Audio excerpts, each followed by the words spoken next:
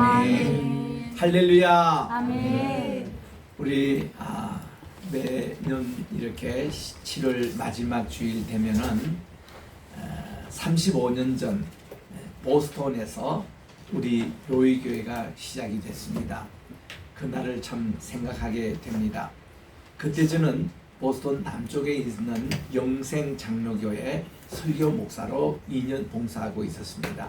그전에는 보스턴 한인장로교회에서 부교역자로 섬기다가 그렇게 공부하면서 유학생 중심으로 목회를 하고 있었는데, 하나님께서 그 해에 우리나라에 올림픽 대회를 열게 해 주셨습니다. 그래서 참 언론을 보니까 1980년에 모스크바 올림픽 대회 때는 미국이 불참했어요. 그래가지고 반쪽 올림픽이 됐습니다.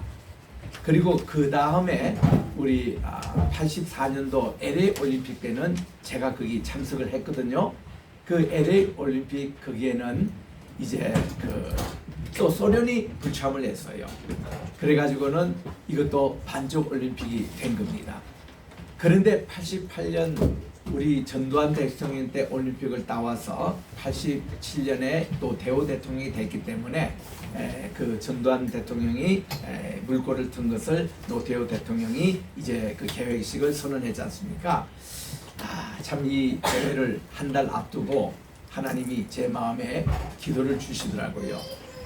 우리 세계가 이제 평화의 그 물꼬로 이렇게 트는 우리나라의 올림픽인데, 우리 평화교회를 세워서 이 세계 선교에 앞장서는 그런 교회로 만들라고 이런 메시지를 받고 제가 평화교회라는 이름으로 1988년 7월 30일 주일날 예배가 시작이 됐습니다.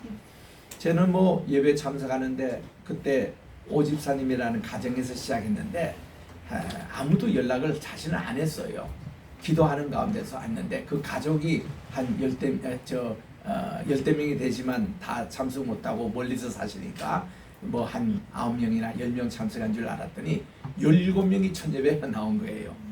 그리고 그 다음 주는 34명이 나오는 거예요. 이래서 우리 교회는 첫 시작부터 시작해서 부흥의 역사를 보는데 한 달 만에 70명이 되고요.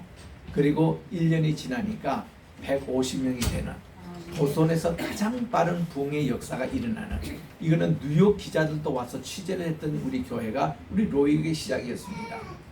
그래서 하나님께서 그때 올림픽을 두고 평화교회라는 이름으로 시작을 하라 때 그때 교회 빌린 그 교회 이름이 마운트 올리브스 배프티스트 처치, 바로 감남원 또 아니면 올리브 그 침례 교회였어요. 그러니까 나는 그 올리브 그때 개념이 그렇게 중요하지 않게 생각했던 때였기 때문에 별로 그 관심이 없다가 제가 그 해 예루살렘에 갔잖아요. 이스라엘에 가니까 이스라엘에서 그때 고가 발굴하러 간 겁니다. 여름에 땀 많이 흘리고 참 고생 많이 했어요.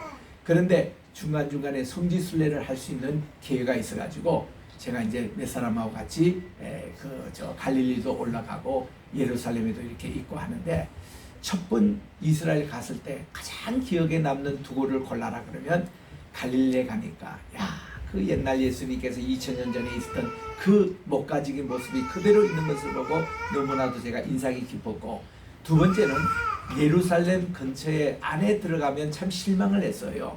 거기에 보니까 아랍 상인들 또 이슬람 교도들이 비아 돌로로사 근처에 다 장사를 하고 있어가지고 우리가 좀 조용히 십자가를 묵상하면서 가려고 하면은 거기서 무슨 장사꾼들 외치고 식당이 있고 아주 으스스한 분위기에 비아 돌로에서 영 그 기분이 막혔습니다. 그런데 예루살렘 바로 그 기드론 계곡 앞에 있는 올리브산, 바로 우리가 감남원이라고 하는 그 산에 겟세마네 동산이 있잖아요. 거기 가서 첫 번째 은혜를 탁 받았던 것이 가이드가 그렇게 설명해요. 거기 가보니까 지금도 올리브 나무가 한 거의 100그루 정도 자라고 있는데 세 그루를 딱 지명하면서, 여러분 이 나무 보시죠? 이거 보시죠? 올리브 나무입니다. 겟세마네 동산에 있는 이거에 2000년 이상 된 걸로 학자들이 추정하고 있습니다. 한데 깜짝 놀랐어요. 그러면서 그 가이드 얘기가 예수님이 바로 이 바위에서 정말 핏방울이 이 땀방울이 핏방울이 되도록 기도하실 그 시간에 이 나무들이 어린 감나무가 자라고 지금까지 2000년 동안 정인으로 보인다는 겁니다. 여러분 다른 것은 다 변해도 바위라든지 이런 나무는 그냥 증언을 하고 있다는 겁니다. 거기에 제가 너무 감동이 돼서 요즘은요 거기에 다 울타리를 치셔서 접근을 못해요. 근데 제가 그때 처음 갔을 때는요 다 이게 손으로 올리브 나무를 만져볼 수 있습니다. 지금도 그 열매가 맺어요. 이 올리브 나무는 1년에 3차례 열매를 맺거든요. 거기서 맺는 까만 그 씨앗, 또 때로는 이게 그린 컬러 이런 그 색깔 이거에서 이걸 가지고 그 밑에 있는 겟이라는 게 짜는 틀이라는 뜻입니다. 세메스라는 것은 기름이라는 것입니다. 겟세만의 이것은 기름을 짜는 틀이라는 것이 바로 겟세만의 이름이거든요. 거기서 짜가지고 제일 일등품 첫째로 나온 기름을 어디 갔냐면 바로 기드론 계곡 근처에 있는 예루살렘 성전에 거기에 가서 성전의 기름으로 사용했던 것입니다. 성유입니다. 성유. 그 다음 또 나온 기름을 가지고 왕이나 제사장이나 선지자가 딱 등극하면은 이 겟세만의 동산에서 기름을 부어 그들이 이제 임명을 받은 것입니다. 세 번째, 이 겟세마네가 거기서 나온 기름을 가지고 식용을 먹어요. 그래서 이제 중동 지방에 가면은 이 겟세마네 혹은 이 올리브 나무가 우리나라 김치처럼 먹는 거예요. 이스라엘과 우리 한국은 형제 국가거든요. 우리가 그 노아의 네 번째 손인 에벨에 가면은 할아버지가 같아요. 그래서 이 에벨의 첫째 아들인 벨렉 계통으로 간 것이 이스라엘이 되고 욕당 개혁으로 우리나라 와서 이것이 초대 왕이 바로 단군 할아버지가 됐고 그분을 우리가 단군 왕검이라 그럽니다. 그리고 이 단군이라는 호칭은 1500년 동안 내려오는데 모두 47분 단군이 계셨어요. 그 중에 최초인 단군 왕검이 욕당 할아버지였어요. 그분이 노아 할아버지를 모시고 우리나라에까지 와서 그래서 우리나라에 또 이스라엘에 보면 여러 가지 공통점이 많습니다. 그 중에 하나가 김치예요. 한국에서는 김치라 그러고 이스라엘에서는 피클이라 그래요. 피클 사업이 발달돼서 이 서양 전체 퍼졌지 않습니까? 그거 원리나 우리나 같아요. 이게 다 그 숙성해서 먹는 것인데 우리 김치 먹듯이 중동 지방이나 이스라엘 사람들은 피클, 올리브 피클을 먹습니다. 음식 때마다 빠짐없이 나오는 그것입니다. 그걸 먹으면은 이 올리브의 기름이 우리 내장을 싹 씻어내려 가지고 건강에 그렇게 좋다는 거예요. 그리고 이걸 가지고 기름 머리에도 바릅니다. 아론이 안수 받을 때에 이 올리브 기름이 쭉 내려와서 수영까지 흘러내렸더라. 요거를 이제 기점으로 헐몬산에서 이렇게 쭉 내려와서 시온산까지 하나님의 그 기름의 물줄기가 내려온 것을 영생이라고 시편 133편에 얘기할 정도로 올리브 기름 붓는 것이 그렇게 은혜롭고 성스럽다는 겁니다. 그래서 우리가 성신님을 표현할 때 성신님은 우리에게 기름을 준다라고 얘기하잖아요. 그 기름이 뭔가 하니 그 성전 좌우편에 성신님의 역사를 이렇게 표현합니다. 두 감람나무로 표현했어요. 이 올리브 나무. 그래서 내 제사장들이 겟세마네에서 올리브 기름을 취체가 일주일 걸립니다. 이게 이 방식이 있어요. 그냥 뺀다고 하는 게 아니라 일주일 걸립니다. 하나님의 이 성전에 들어오기 위해서는.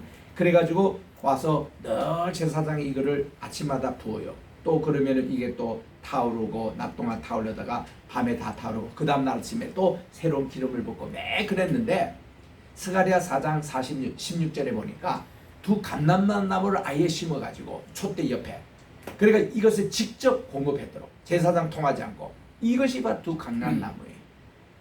그래서 이거를 그 당시는 상징 이름으로 하나는 스룹바벨 총독이고 하나는 대제사장인 여호수아 이렇게 돼 있는데 왜 이 이름에 박태선이가 나옵니까? 박태선이가 자기가 그게 감람나무라는 거예요. 그리고 이단 사이비들이 툭하면 감람나무예요. 좀 성경을 제대로 읽고 얘기하십시다. 그래서 이거는 그러면 안 되거든. 사람의 거기 들어가면 안 돼요. 물론 이게 우리 주님의 이제 계시록에 보면 두 천사가 직접 이렇게 감람나무로 이렇게 계속 이렇게 또 나옵니다만은 그래서 우리 바로 이것은 앞으로 오실 우리 저 메시아를 상징하고 또한 우리 이 기름 부음의 역사가 성신님의 역사로 우리가 나와서 우리는요 늘 하나님도 직접 기름 부음의 역사가 있는 이것이 그 감람나무의 역사고 이게 스가랴 4장 16절에서 보여주는 내용입니다. 그래서 올리브라는 것이 그렇게 좋더라고요. 그래서 제가 보스턴에 돌아와서 우리 하나님께 기도하는데 이 교회 이름을 평화교회라 지으라 해요. 평화는 어떤 평화냐면은 노아 방주 때에 그 이제 창을 열고 이 땅에 이 지면에 물이 다 감아지도록 체크하는 방법으로 먼저 까마귀를 내보내라 그랬습니다. 그래서 이 까마귀가 날아든 가는데 다시는 돌아오지 않았어요. 그래서 그 후로 이 까마귀는 새 중에서도 가장 선택받은 새로 알려지고 있습니다. 그래서 우리나라에 오신 노아 할아버지와 욕단 그 할아버지 단군이 됐습니다만은 그분이 오실 때에 이 까마귀를 우리나라에 새로 이렇게 가져온 거예요. 노아 방주하면 까마귀예요. 그래서 이렇게 보면 삼조고라고 까마귀는 이 발자국이 3개입니다. 삼조고. 그래서 요거 모양으로 토기도 만들고 삼조고 요것이 우리나라 고조선 우리 벽화에 보면은 나와요. 그게 까마귀. 그래서 까마귀 하면은 굉장히 길조입니다. 노아 방주에서 제일 축복받은 새 처음 오고 이 좋은 새를 누가 차지했는가 하면 일본이 차지했어요. 일본은 자기가 태양을 섬기는 천양폐하 이렇게 해가지고 거기 길조의 새가 이게 까마귀로 일대거든요. 근데 보니 한국 사람이 이거 고조선에도 있어오고 이거 한국에 본래 이게 새입니다. 그리고 저기 중국에 가보면은 거기 자금성에 가면 거기도 이 삼조고 이 새가 있는데 거기에 봉황새라는 게 있어요. 피닉스. 봉황새가 바로 이게 까마귀하고 같은 유에 속한다는 거예요. 그러니까 이게 길조를 이렇게 하는 그런 걸로 이렇게 중국 사람은 바꿔놓은 겁니다. 본래 우리 그 까마귀예요. 그 일본도 까마귀 좋고 근데 한국 사람이 까마귀 뺏기 해서 우리나라 사람만이 이렇게 가르칩니다. 여러분이 까마귀가 울면 재수 없습니다. 그날에 운이 좋습니다. 까마귀 이거 울면은 좋지 않습니다. 요거를 우리나라 사람만 사꼬리 바꿔놓은 거예요. 나는 그렇게 믿고 까마귀 좋지 않다고 생각했는데 42년 전에 일본에 딱 가보니까 일본에 까마귀가 있고 이 천황의 그 박물관에도 이 까마귀에서 우리에게는 이렇게 가르치고 왜 당신은 이거 차지한다니 지 웃으면서 한국 사람 까마귀로 우리가 뺏은 겁니다 하고 젊은 학자 동경대 학자가 그런 얘기를 하더라고. 얼마나 이게 열받치는지. 그때부터 우리 한국 사람 많을 때마다 우리 까마귀 좋은 거니까 까마귀 울면은 좋고 우리 노아 방수제 제일 먼저 나오고 우리 홍수 후에 최초로 이렇게 나온 것이 까마귀이기 때문에 우리 까마귀 정신을 잊지 말자 이렇게 이제 가르친다는 그런 거예요. 그래서 이게 이제 하나님께서 말이죠.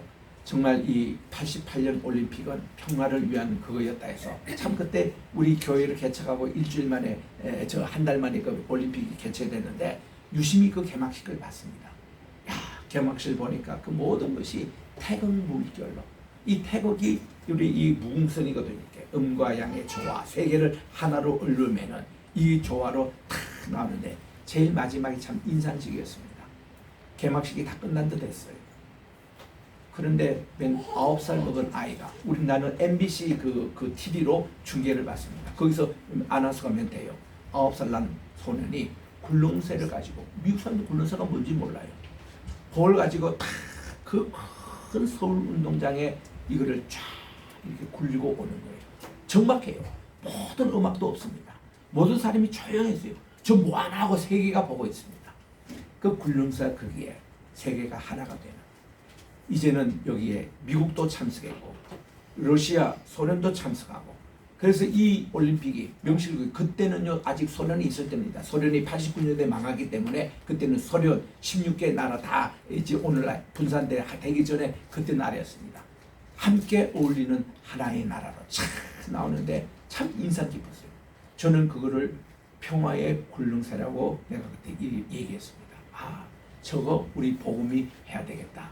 그래서 우리 평화교회가 생겨났고 우리 그 교회 이름이 올리브 철치이기 때문에 우리가 일명 올리브라고 했고 그리고는 그때 이제 이 평화의 우리 올림픽을 기점으로 제가 그 올림픽 그 기간 동안에 그 주변에 있는 것을 조사해 보니까 일본 교회도 있고 중국 교회도 있고 베트남 교회도 있고 태국 교회도 있고 그리고 미국에서 온 여러 분들 이런 분들이 한 8명 정도 제가 초청을 해가지고 우리가 그 첫 번 세미나 가진 것이 그것이 겟세마네 신학교의 시작이 된 겁니다. 그 후로 우리가 이제 계속 말씀을 훈련시켜가지고 세계에게 선교사를 파송해야겠다 하고서는 그때부터 제가 15명의 선교사를 파송했고 겟세마네 신학교가 그렇게 해서 쭉 이렇게 오늘까지 참 내려온 이것이 우리 교회와 함께 내려왔습니다만 그러다 보니까 우리 교회 이름도 좀 순환을 당합니다. 제가 이제 미국에서 다 감남원, 감남산 이런 이름으로 이렇게 좀 처음에 감남산을 했거든요. 그러니까 산이라는 개념보다는 감남원이 좋겠다고 우리 재직해서 그렇게 얘기했어요. 뉴저지 있을 때. 그리고 우리 감남원으로 하자. 그리고는 이 이름을 가지고 이제 한국에 제가 왔습니다. 한국에 와서 제가 국제학교를 하면서도 아무래도 교회는 계속해야 되겠다. 그리고는 제가 이 감남원 이름으로 했더니 웬 또 이 박태선 냄새가 난다고 누가 또 중얼중얼 거리더라고. 그래서 내가 기분이 좀 상해가지고 이게 올리브라고 했어요. 올리베. 그 뭐 감남원의 영어 이름이 올리베 아닙니까? 했더니 또 그것도 뭐 장재형인가 누군가 그 사람이 또 이단성 있는 사람이 있었다고 또 얘기를 또 군중군중 해요. 그래서 대전에서 그러다가 아이고 그러면 내가 본래 아람어인 겟세마네 그 이름을 쓰겠다 하고 겟세마네로 딱 이름을 바꾸니까 아무 이제 얘기하는 사람이 없어요. 그래가지고 겟세마네 이름을 이제 쓰다가 작년 이맘때쯤 우리가 여기서 새벽기도 매일 시작할 때 그때 우리 황무효 장로님이 로이라는 말이 너무 좋다고 이렇게 참 우리 나의 목자 얼마나 좋은 이름입니까? 그 이름을 써 그래서 로이 교회로 이렇게 이름을 했고요. 우리 전도서 지난번에 우리 읽었습니다. 우리 여러분 전도서 한번 찾아보세요. 그 마지막 부분에 보면은 이렇게 한 목자라고 이렇게 나옵니다. 전도서 12장에 갑니다. 11장이네요. 여기에 보니까 한 목자라고 이렇게 나오죠.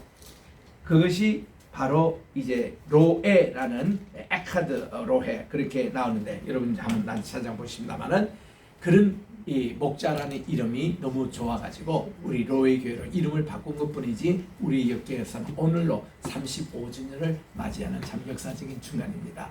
너무 감사하고요. 자, 오늘은 우리 지난 시간에 이어서 누가복음 21장 지나고 22장을 우리 살펴보겠습니다. 21장도 그랬고 22장도 그랬고요. 이게 루시퍼 마귀의 그런 역사를 이렇게 공개하고 계십니다.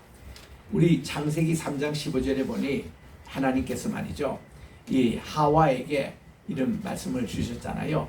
이 하와가 정말 범죄하고서도 회개하지 않으니까 그 하나님이 이 뱀에게 그렇게 저주를 내립니다.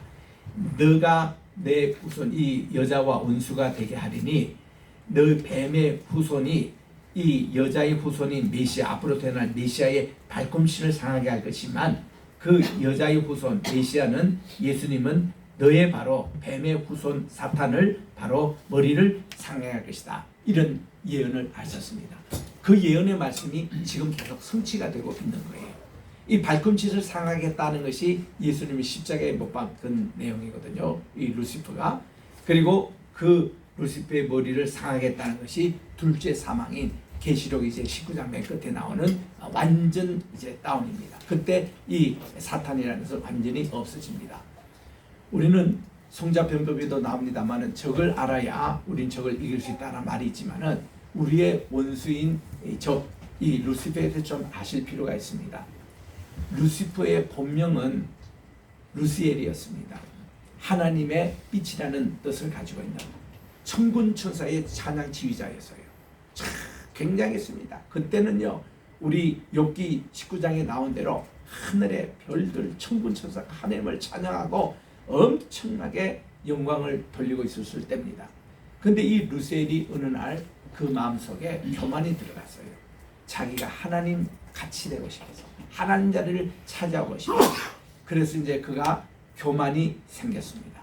생기는 순간부터 점점 하나님의 마음과 멀어지는 행동을 합니다. 그래서 하나님께서 별명으로 지어주신 것이 사탄입니다. 사탄이라는 것이 대적자, 방해꾼, 모사 이런 뜻이거든요. 요게 사탄입니다. 그래서 우리는 그의 닉네임 별명을 많이 부르는 거예요.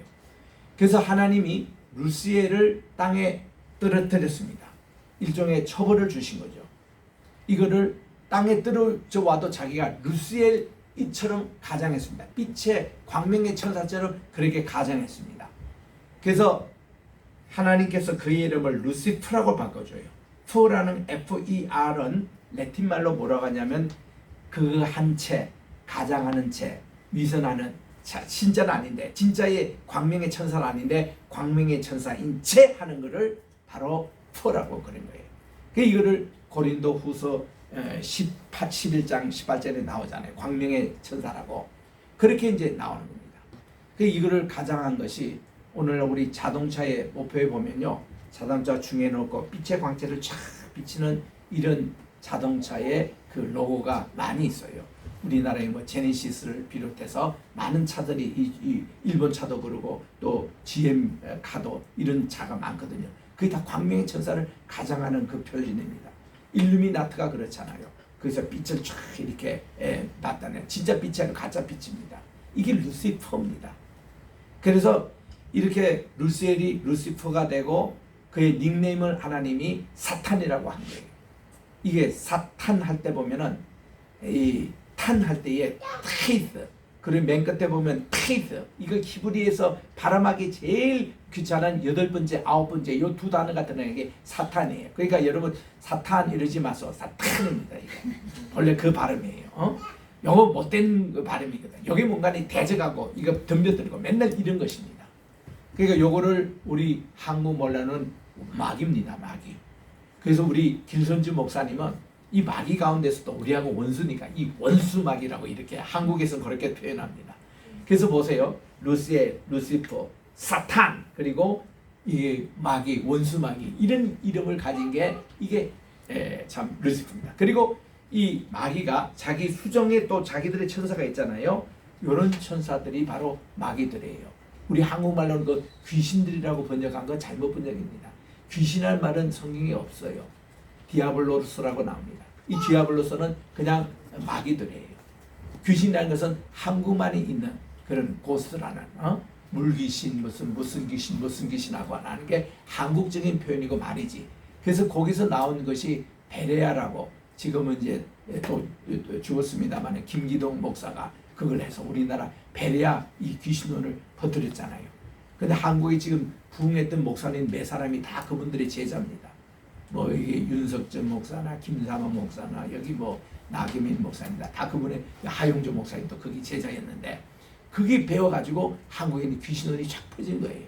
근데 이거는 참 창피한 노릇입니다. 세계 신학이 인정해 주지 않는 귀신론이거든요. 그게 아니고 전부 다 마귀의 천사들이에요.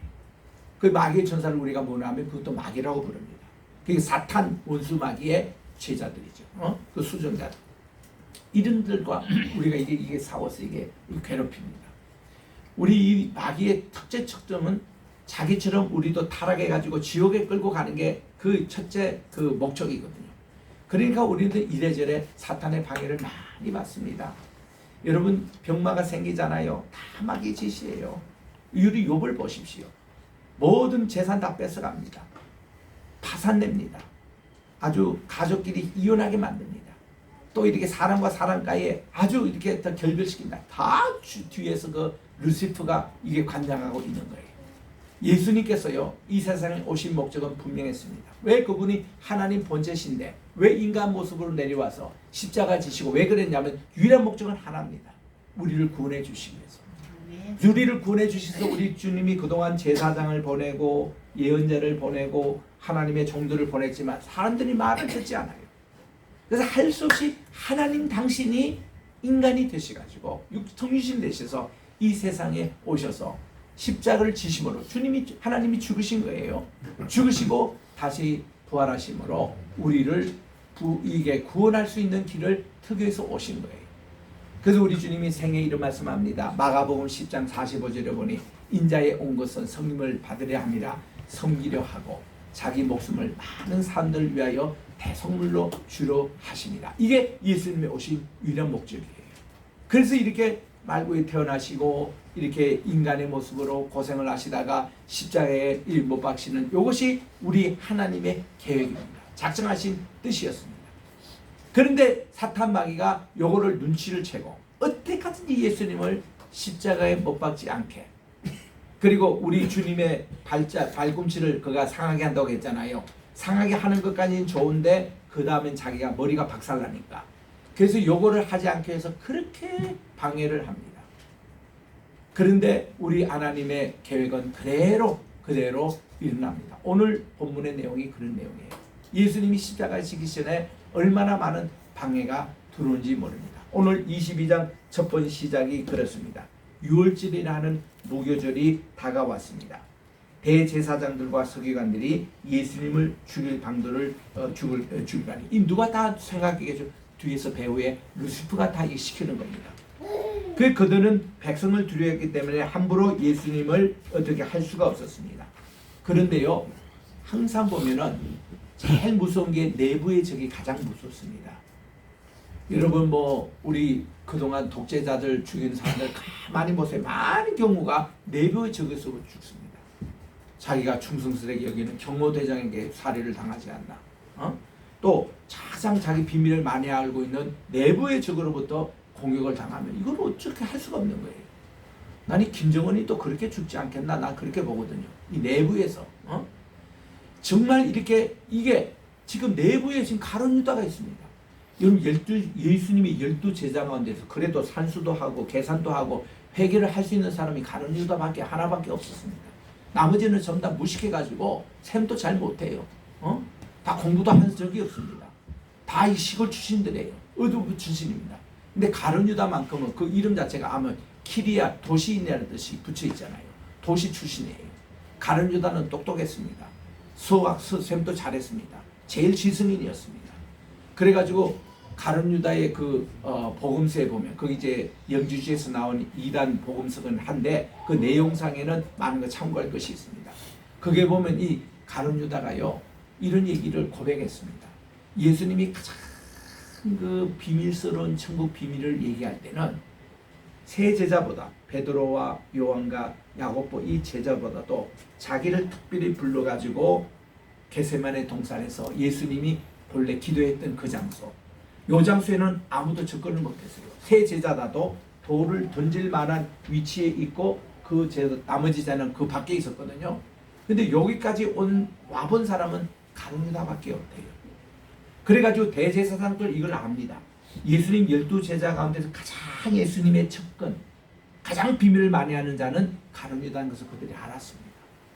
그래서 평소에 예수님 자주 가신 거 자네는 아니까 그 장소만 가르쳐만 주면 우리가 은 30명을 주겠다, 이런 것인데, 여기 본문의 3절에 보니까 이 루시프가 가룟 유다의 마음에 들어갔다고 그랬어요. 다 배후에 이 루시프의 장난에 이 가룟 유다도 돈 30냥 눈이 어두워 넘어간 거죠. 그래서 우리가 흔히 이런 표현하잖아요.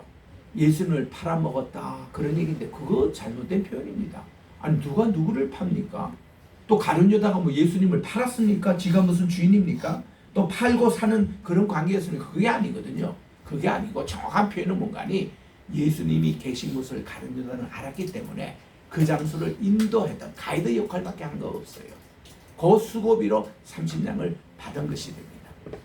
그래서 이제 가룟 유다에게 딱 그렇게 들어갔잖아요. 5절에 보니 그들이 기뻐하며 돈을 주기로 언약을 했습니다. 약속을 다 했고 돈까지도 받았습니다. 근데 이 유다가 허락을 하고 예수를 무리가 없을 때, 이 무리라는 건 자기 동료 제자들도 포함합니다.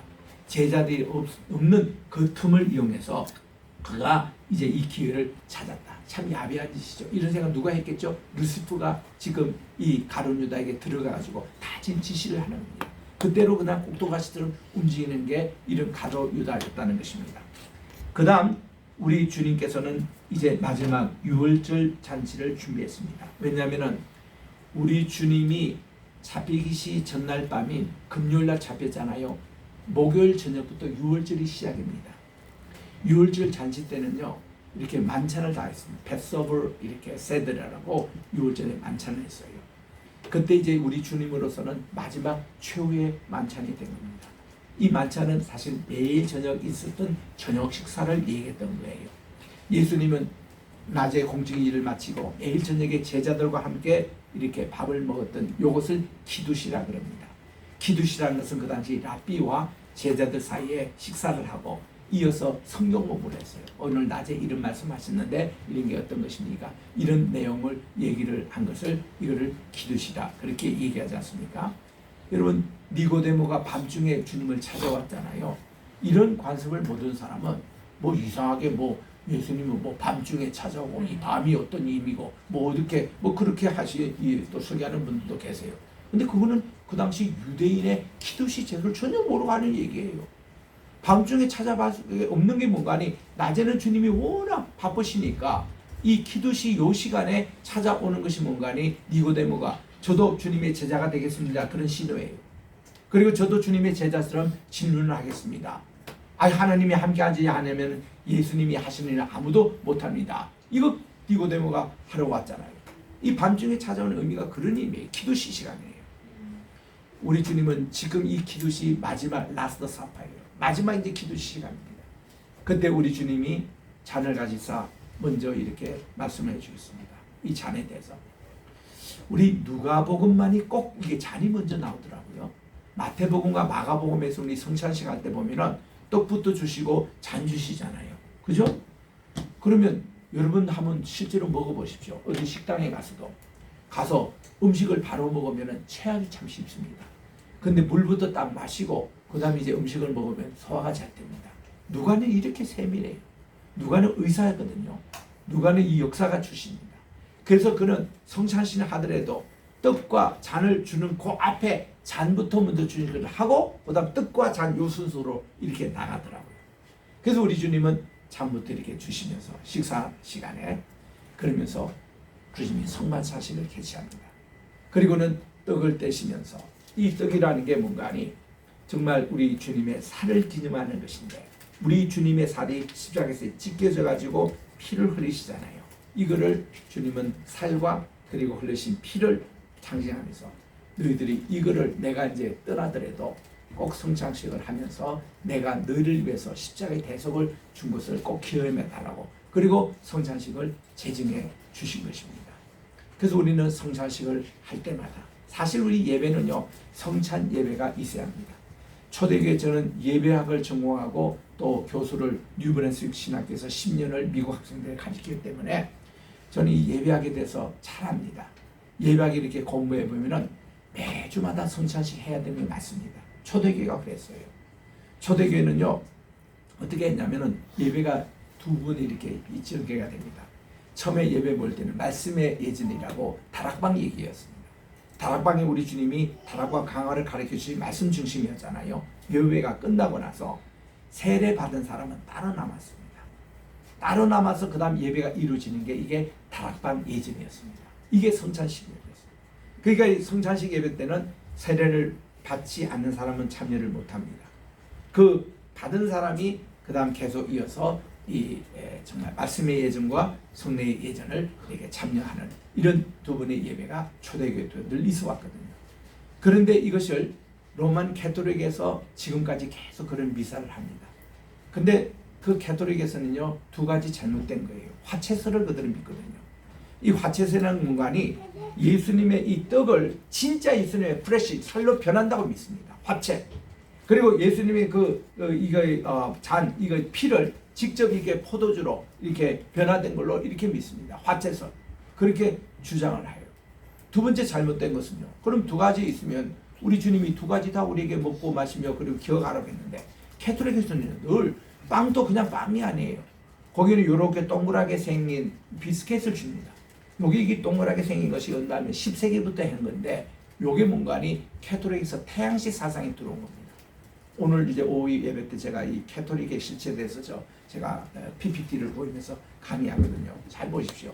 이 화채설이 10세기 레오 10세부터 시작이 돼가지고 그 교황이 잘못된 게 많습니다. 모든 신부와 수녀는 결혼하지 말라 결혼 금지명을 내리고 교황 자신들은 마누라가 몇 명 있으면서 말이죠.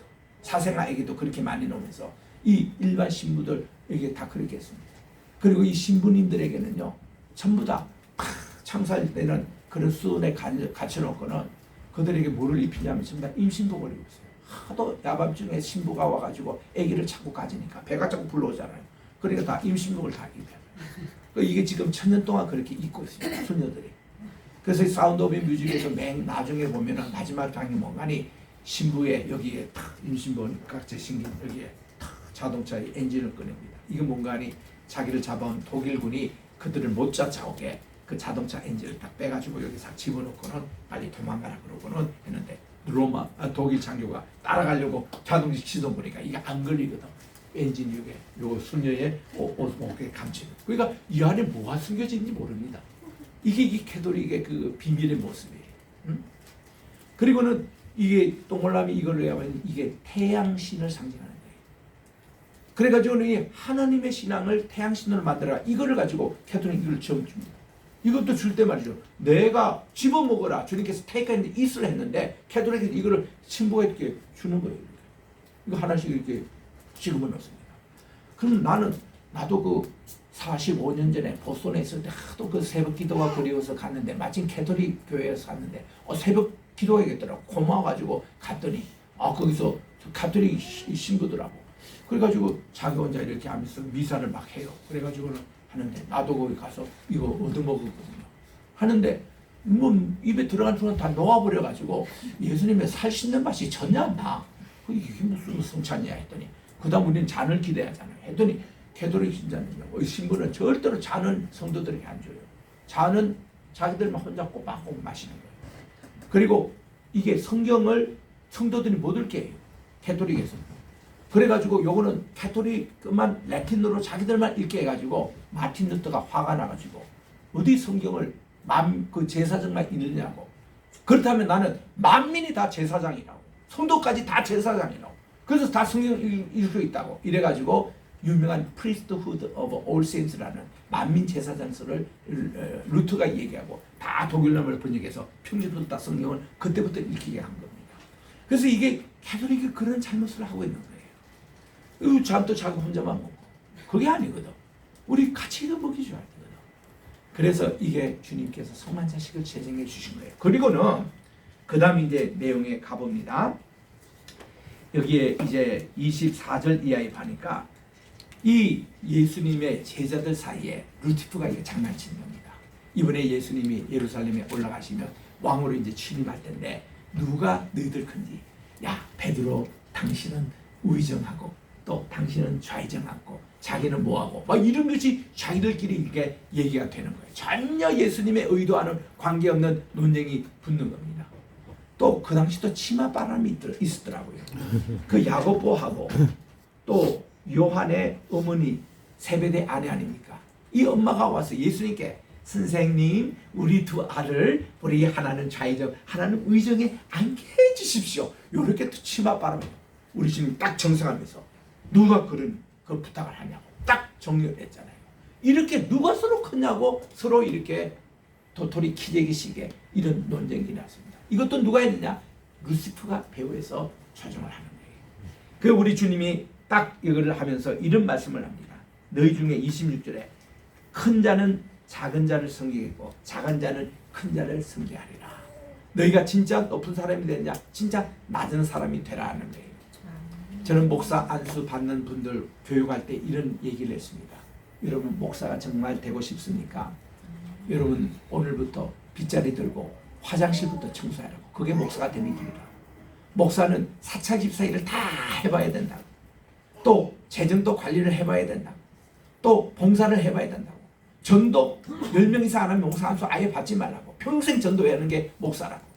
그리고 또 목회자는 남들이 치우지 않는 쓰레기 자기가 먼저 다 치우고 교회 구석구석 가장 교인들이 하기 싫고 그가 한 것을 일부러 찾아가서 하고 쓰레기 다 치우고 이게 목사의 훈련이라 이런 얘기예요.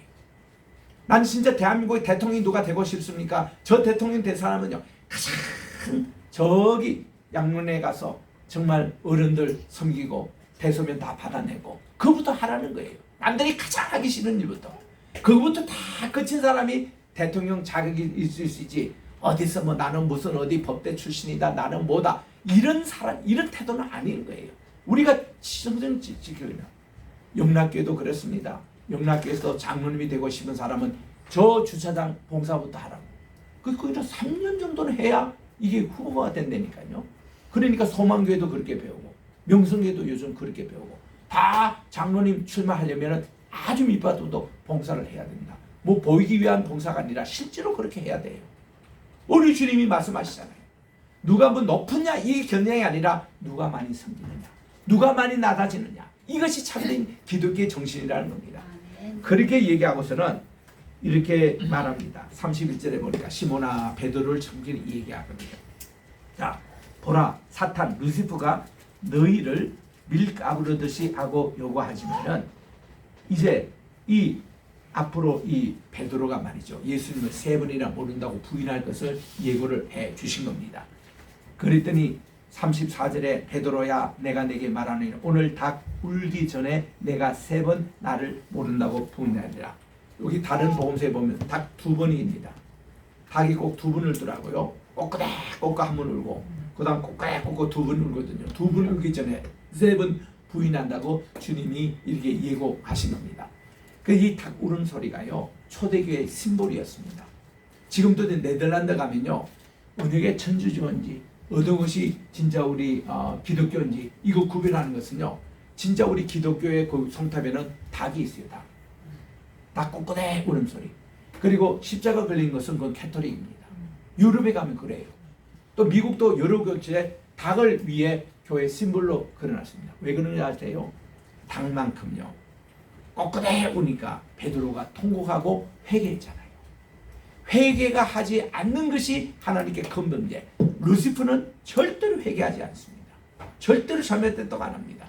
에덴 동산에서도 그러잖아요. 하와와 아담과 사탄이 꾀임을 받고 회개하던가요? 회개 안 합니다. 가인이 회개하던가요? 회개 안 합니다. 루시프의 계통의 사람 다 회개 안 해요. 욥기도에 보면요. 욥기 맨 끝에 42장 맨 마지막 절은 한 절은 이렇게 나와야 되지 않습니까? 루시프 사탄이 회개하여 하나님께 죄송합니다. 욥에게 찾아가서 정말 미안하다 한마디만 했더라도 우리 루시퍼에 대해서 달리 생각된다. 안 나오잖아요. 지금까지 루시퍼 회개 안 하잖아요. 잘못했다고 욥에게 아직도 얘기하잖아요. 우리를 그렇게 괴롭히게 놓고는 우리에게 병 맞고 안 주고 이렇게 죽은 거고 아직도 이 사탄이 절대로 회개 안 합니다. 이런 루시퍼를 왜 우리가 따라가야 됩니까? 여러분 이 루시퍼 실제를 전품민이 아셔야 돼요. 예수님의 십자가를 방해하고 지금 벨치 다 하고 있는 겁니다. 그래도 우리 주님은 묵묵하게 그 길만 가시는 거예요. 오늘 아침에 참 잘했어요. 우리 오목사님 깨웠어요. 오늘 기도 순서 있는 거 알지요? 그랬더니 안 돼요. 너 목소리가 소리가 안 나와. 어떻게 이게 기도하냐고. 그랬더니 내가 그때 한마디 했습니다. 이게 다 루시프가 뒤에서 장난하니까 당신이 목사 한 수를 딱 받고 나서 어떻게 하든지 흔들어 보려고 지금 목까지 지금 해서 오늘 기도까지 못하게 지금 방해하는데 그냥 물리치라고 그냥 믿습니다. 아까 기도 잘하잖아요. 이거 기적이에요. 나는 그 증인자잖아요. 물리치라고 합시다. 그리고는 같이 또 기도하고 그렇게 했는데 이럴 수 그렇게 방해를 해요. 여러분 이런 더위라든지 오늘 또 사실 우리 교회 지금 많이 나온 거예요. 오늘 각 교회마다 지금 휴가 간다고 사람들 등등 비어 있고 이거 오늘 교회 이거 오늘 교회도 휴가 갑시다 하고 다 그런 운동인데 우리 교회는 뭐 전혀 그런 거 지장 안 받잖아요. 루시프가 벨치에서 다 합니다 이렇게. 그래서 병주죠. 우리에게 정말 불난케 하죠. 우리를 스트레스 주죠. 이런 짓을 해도 우리는 과감히 단절하고 오늘 우리 불른 찬송처럼 주의 군기 날리며 힘차게 나가는 우리가 되시길 주의 이름으로 축원합니다. 기도하겠습니다.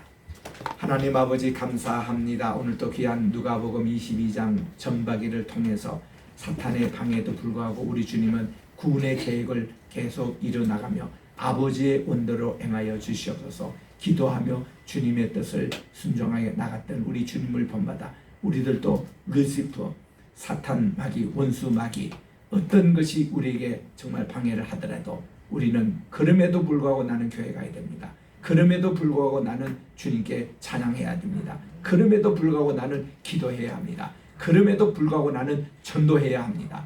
그럼에도 불구하고 나는 마라나타 재림의 주님을 기다려야 됩니다. 이런 자세로 우리들이 구원의 아버지 꼭 열매를 우리 거두게 도와주시옵기만을 예수님의 이름으로 기도합니다. 아멘. 찬송가 149장을 부르면서 준비하시는 것 하나님께 동원합니다.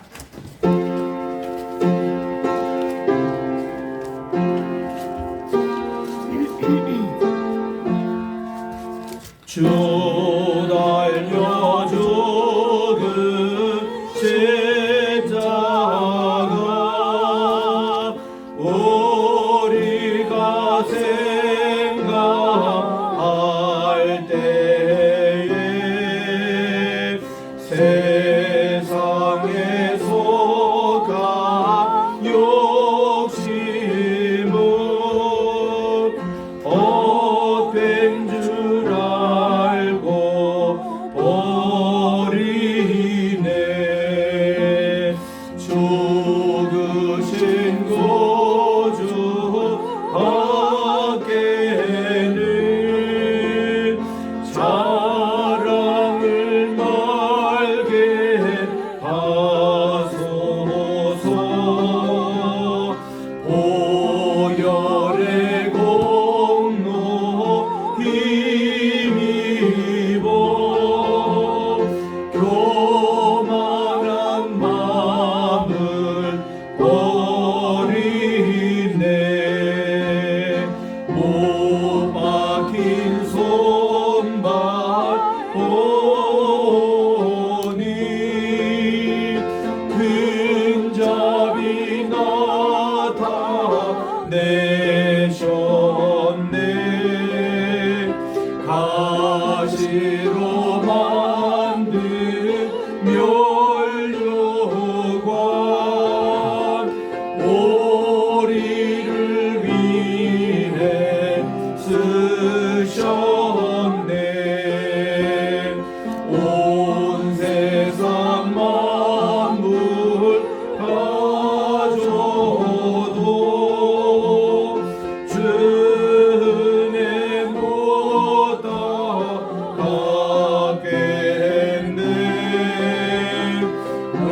놀라운 사랑 받은 나 몸으로 제물 삼겠네. 아멘. 하나님 아버지 감사합니다. 오늘 또 주님 앞에 나올 때에 빈손으로 나오지 않고 주님의 합당한 귀한 제물로 주님께 드리오니 우선 나 자신을 하나님이 기뻐하시는 거룩한 산 제물로 드리게 도와주시고 오늘 또 10의 1조로 윤사무엘 목사 가정 또 오국일 장로님 가정 드렸습니다. 연락해 주시옵시고 감사의 예물로 주님 앞에 우리 김인성 전도사님 또 이렇게 무명으로 주님 앞에 드립니다. 받아주시고 오늘 또 선교 헌금으로 윤사무엘 목사 가정 드립니다. 받아주시오며 오늘 또 우리 주일 헌금으로 남성준 성도님, 원재순 권사님, 또 우리 양홍기 목사님, 또 무명으로 또 구역예배 헌금 주님께 드립니다. 선교 헌금으로 오장로님 가정, 또 무명으로 선교 헌금 두 가정이나 드렸습니다. 하나님 이 예물을 험량해 주시고 하나님 천국 창고에 쌓아 두셔서 하나님 복음 전환을 위하여 힘 잘 사용해 주시고 우리 로이교회 물질적으로 차고 넘치도록 채워주셔서 교회도 짓고 백교회 나라에 100개 교회를 짓는 귀한 놀라운 역사가 이 종말에 일어나게 도와 주시옵소서. 아멘. 예수님의 이름으로 기도합니다. 아멘. 아멘. 1장 찬송 다 일어나셔서 부르겠습니다. 만복의 근원 하나님 온 백성 찬송 드리고 조천사여 찬송하세. 찬송 성부 성자 성신 아멘. 이제는 우리 주 예수 그리스도의 은혜와 하나님 아버지의 무궁하신 사랑하심과 보혜사 성신님의 감화 감동 교통 충만하신 역사가 오늘 또 말씀을 듣고 모든 루시프 사탄 마귀의 권세 다 깨뜨리고 복음으로 승리하여 나가는 로이교회 모든 성도들 위해 35주년을 맞이하는 우리 교회 위에 이제로부터 영원토록 함께 계시기를 간절히 축원하옵나이다. 아멘.